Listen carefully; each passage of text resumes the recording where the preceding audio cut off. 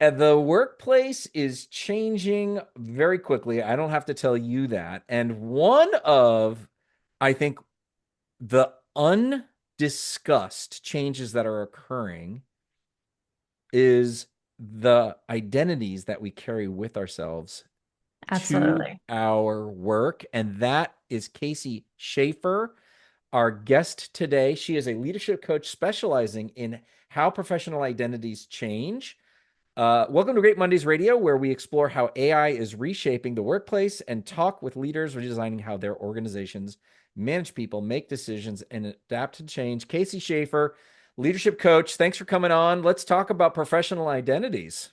Let's. Thank you Uh, so much for having me here. all right, so I there has never been a time when the workplace and how we work has not changed, but Correct. but I feel like what we're all experiencing and what is all abundantly clear is how freaking fast it's changing Right. and how it's changing how it not just AI is technology, but I'm more interested in the people part of it. And I want to hear from you when you're talking to your clients and experiencing, from your sort of longitudinal view of the entire of your career, having been in and inside and outside of organizations of all sorts. Talk to me about when we're talking about professional identities, like what is the role of a professional identity?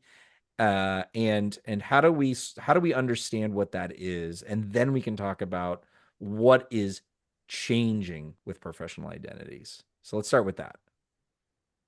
Hard question to start, but a good one to tackle. I think professional identities have taken over personal identities in a lot of ways over the past, I don't know, umpteen years. We'll go with that with as a statistic, Hmm. umpteen. I think when we meet people at a dinner party, we say, "What do you do?" It's a very Western Where do conversation. you work? Yeah, How do yeah, you, yeah, and we yeah. spend so much of our time, we spend, a majority of our waking hours at work, which is not a new statistic for any of us to think about, but it is something for us to think about. Um, our professional identity is, we're asked younger and younger, what do you want to be when you grow up? And it becomes a very real conversation for very different areas of our personal lives. And so it is something that as professional identity changes, we need to think about what does that mean for us as a whole person.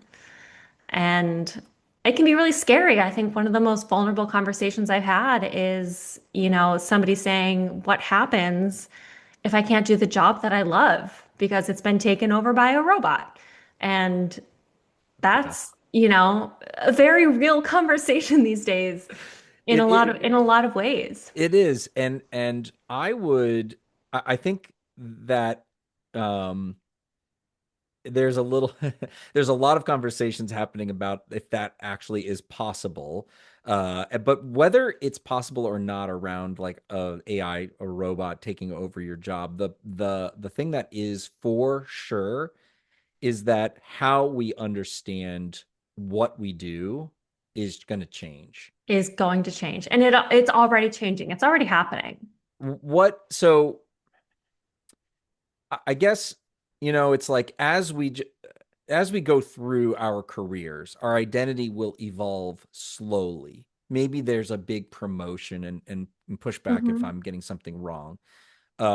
Maybe there's a promotion, or you get, some sort of, there's a big jump or a change, right? So that would be a like kind of a sudden, like, oh, all of a sudden I'm a VP, all of a sudden I'm doing this thing. But usually Right. it's a slow evolution. Um, what is what is happening as we think about how we're growing as professionals before we get into that, like we're all now forced in this. I mean, the sort of the prelude here to we're all being forced to change, but I just want to understand a little bit more about professional identity and how it grows with us or changes with us, why we think about it like that, why it's important. I think it's an interesting question because it's very generational. We've seen Mm, generations. I'm a millennial.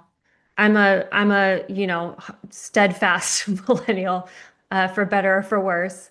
And I've seen, older generations, especially like baby boomers who are defined by having a job long term, going in, doing their job, Yep. clocking out, Yep.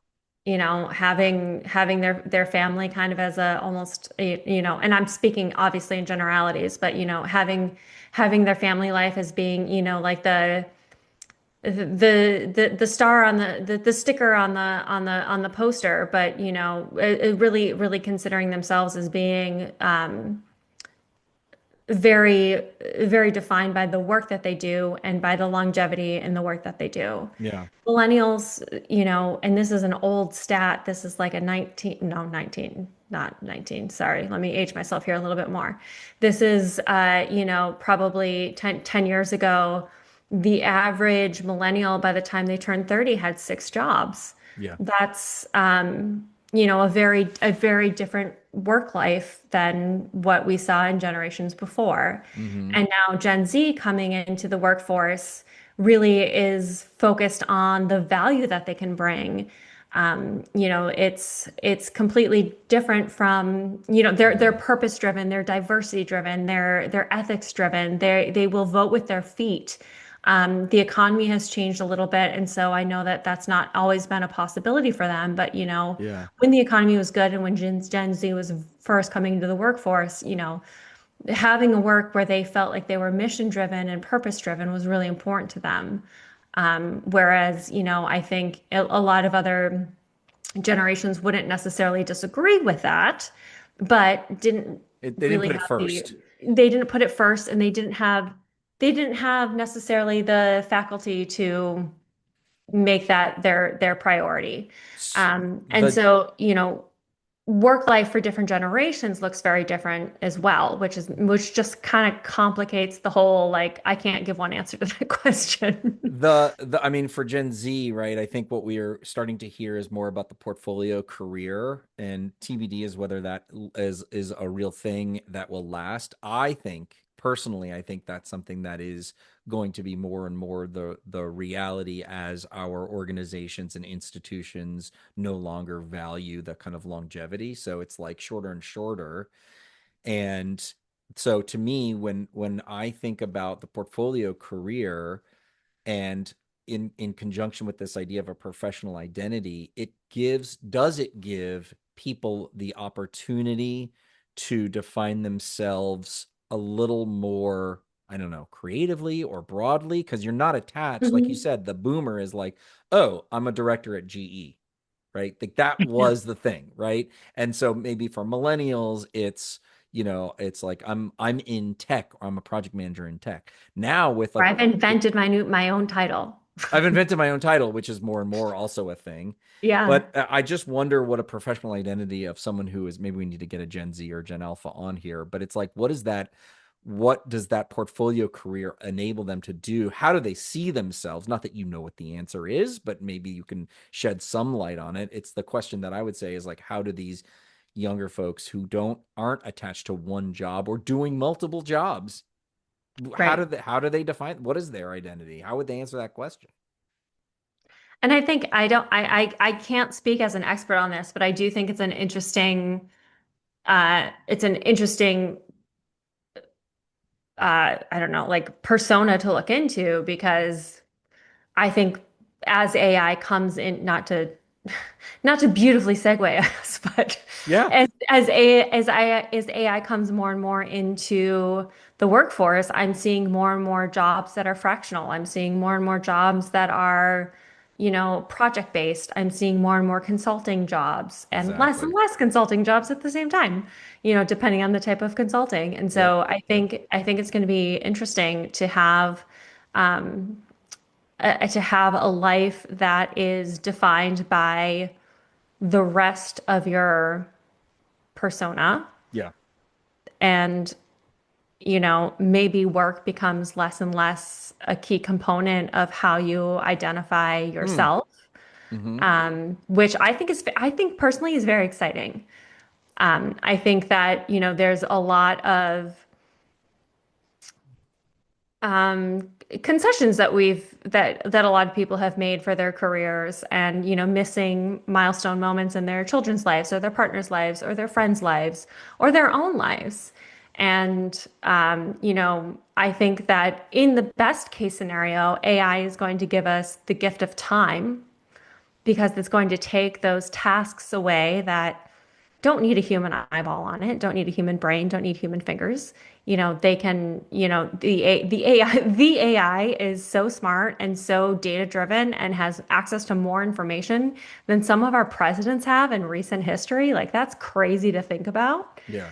And humans have creativity and empathy and relationship building and can really focus on thinking about what are the future problems? What are the future stories? Yeah. What are the future, what's the future impact that we're going to need in order to really truly improve our customers' lives, our clients' lives, our Yeah. employees' lives? Yeah. And, can you know, can we offload some of the tactical things to AI as a cost saving measure, but still keep our employees intact to think about Yeah. the skills that are uniquely human, which there are still a lot of. I it's we saw kind of the early version of this centering off of work in that quiet quitting in the pandemic, Hmm. where there was a cohort that believed, you don't I now see that you don't care about me, and Right. I don't get any benefit from doing better work, right? There's no upside. I think that was the starting point of that story. There's a couple different ways that it can go. And what you are describing, I actually would disagree with your point that it's going to give us more time. There's sort of always been this um, hope since Right. Okay. So it machines, can. it can. Maybe not will, but can. Right. So there's always been this hope, right? Where it's like the man of leisure, right? It's like, oh, machines are now going to do all this stuff, right? That was the future that we hoped for in the, in the turn of the century. And what we know, and I think what you know, is when you answer more emails, you just get more emails. True. And so where I think this is all going, and I'll give you my point in a second, is we as individuals need to take more ownership for what matters to us. We're moving from, I used to work at a company full time, clock in at 9 and clock out at 5. Now I can work anywhere. I know I am the one that has to set the boundaries. So quiet quitting is Right. like, nope, this is This it, can't. right? Yep. And I think what your narrative here is helping me understand is we no longer should, but no longer can depend on an extrinsic or external force to define our identities. We can do it for ourselves, or we need to do it for ourselves. And that to me seems like the kind of the big interesting flip. Um is that something, like, does that resonate with you? Is that something that you've seen with your clients, or is there something else that you're observing? I want to be very careful about, I don't think that my point of view is you lose your job and now you can do whatever you want with your free time. Like that's not like I don't have like a flippant like losing your job is a very difficult Yeah. I've had that happen to me. Like I've been laid off Yeah. and it was scary and It's it was totally scary. vulnerable and Yeah. I didn't know what to do next and I lost a huge part of my identity. I was working, like 80 hours a week and then all of a sudden there was nothing. So I definitely have a lot of empathy and sympathy for that situation.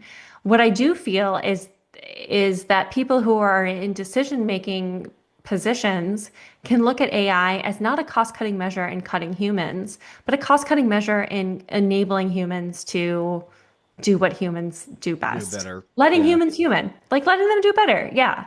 Um, I uh, I have a mentor who's like, why can't we just let humans human? I'm like, I know, right? And so I think that there's, a lot of good case studies. Like I worked with a company who personally, every time they onboarded a new whatever their like entry level, I think was like associate. Any associate entry level employee that came on was onboarded with an AI employee too, and they were in charge of their manager was in charge of training both that human and that AI agent, and they Wow. got to grow together. Whoa. And That's it's compelling. it's compelling. That's a really interesting way to think about it. I think this is a faulted example, but hang with me for a second. Back in like 2011-ish, when Google announced that they were doing their Fridays for their engineers were going to be just like pure Experimentation. experimentation. Now that ended up, they said it was like the 20% rule. Hmm. There's a lot of flawed research that says it was actually like the 120% rule where people are just working more. And Yep. so like, again, flawed. But I think what the rest of us saw who were working in like the tech industry at the time was like, oh my goodness, they gave them the gift of time and they got all of this like amazing benefit out of it. They had so much innovation. They had so many new products. And the rest of us were like I was working in fintech at the time and I was like, I'm kind of jealous. I want time to just sit down and think. Like, I'm lucky if I get a lunch break most days. Yeah, exactly. Um, and so, if we can use AI in a very smart way, like let's work smarter, not harder in all of these things. Like we've been saying that for so long.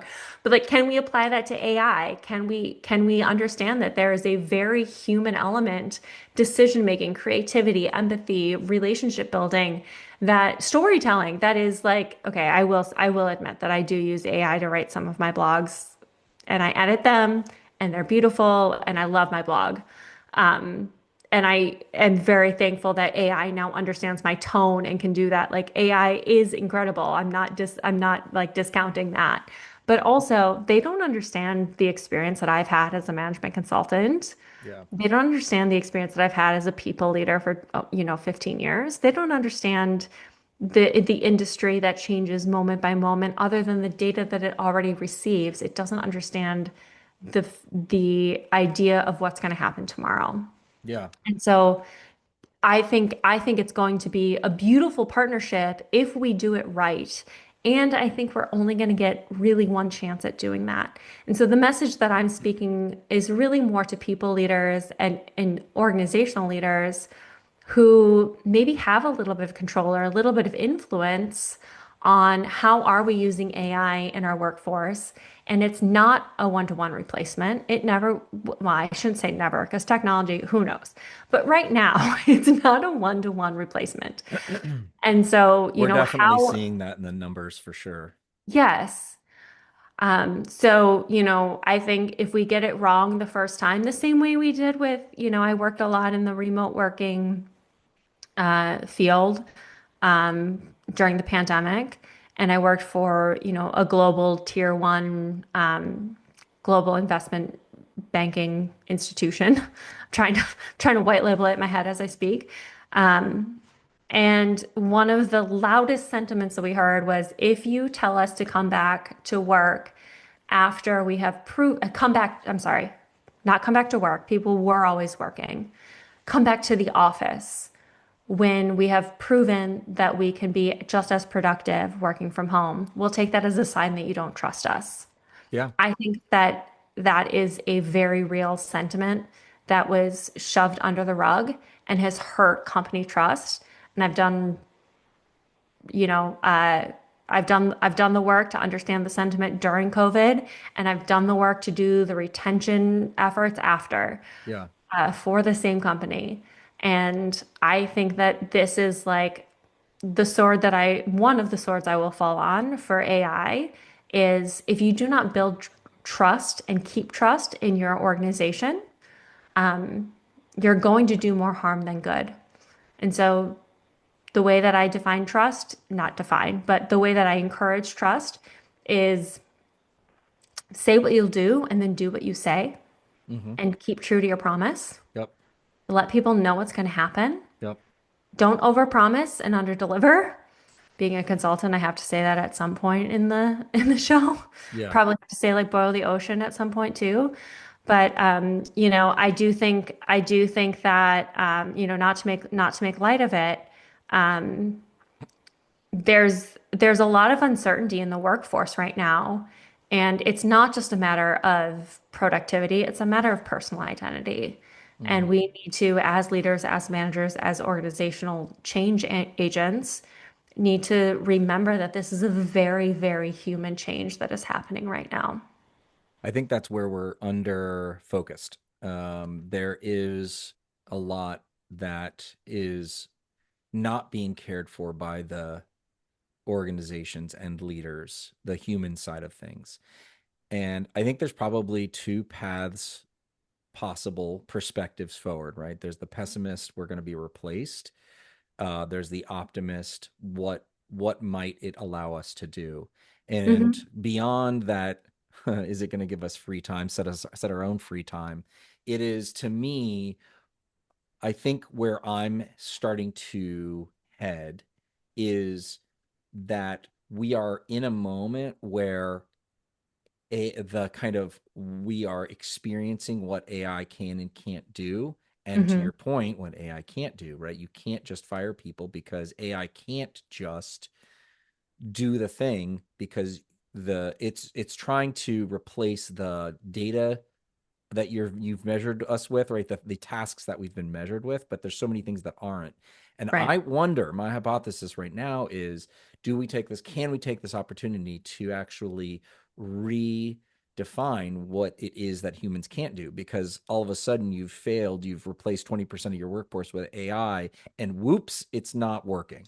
And Yep. so you have to be confronted with the thing that the human does do. And one of the analogies that I heard is the doorman problem, which is, can you replace a doorman? Well, would think, right, their task is opening and closing the door, but in fact, there's so much more to it, right? The job description is Yep. just open and close the door, but there's a lot more to what it is that a proper doorman does, can and will do, right? There's the greeting of, there's the acknowledgement of, there's the, managing whatever's coming in and out of the building, right? That's not something that is just about the open and close. And so that's an Right. extreme version of what what I think we are confronting or being forced to confront, what leaders of companies are being forced to confront. So the kind of the rise of humans as the most humany things that we can do, I think, is the optimist, i.e., me, the optimist perspective Hmm. of where we're headed. And I'm an optimist. I'm an optimist too. One of the things that I say when I'm speaking to clients is, I don't think it's an eviction. I think it's an invitation. But we have to understand what that invitation is and how to be the voice at the table that can represent AI and human. We're going to have to learn AI. Like, I think that that's pretty to me it's pretty clear at this point based on the work that I've done. I do think that learning AI is actually getting easier and easier because the AI tools to teach AI are just getting smarter and smarter. Yeah, yeah, it's But being I migrated. it's like it's super cool to watch as somebody who like grew up in learning and development. But I do think that like doubling down on, what are the human skills that are going to be uniquely human in the workforce, at least for the time being. Yeah. And how do we train on those? Because EQ can be taught and Mm, EQ can be refined. And that is one of the biggest things that humans have in advantage to AI is that, the ability to understand other humans. And when you look at in the past, I'm going to say umpteen again because I don't have statistics in front of me, but the shift towards technology is price of admission now. It's table stakes. And so where institutions are or companies are gaining advantage is in that customer relationship, is in understanding customer needs and being able to deliver on unique customer needs and being able to build those relationships. Those yeah. are all human skills. Yeah. And so how are we doubling down on that in our human workforce? How are we looking at the potential and the learning agility to learn those skills versus just the performance on jobs that are not happening, not to get too much into performance management, but like you- we're are our performance management metrics changing as the skills of work are changing, and are they changing as fast? And how are we empowering our HR teams in order to do that? Because HR has They been are not changing. They HR has should been, change, but they haven't. and there's no investment in doing it. And so, that's a business problem at the end of the day. Yeah. Um, and I come from HR, and I believe that there needs to be I think that one of the first revolutions in this AI change management space needs to be within HR, because it needs to be it's a people problem. It's a people problem. It's totally a people The problem. technology is there. Yeah. Okay. Let's wrap up with one more piece of advice. So, if you could advise a leader within an organization, someone, let's say it's a leader or a manager of a team of 15, Hmm. and they are Okay. experiencing as we're all experiencing this shift. There's pressure to use AI or maybe even trim budgets. They're feeling that Right. pressure. Their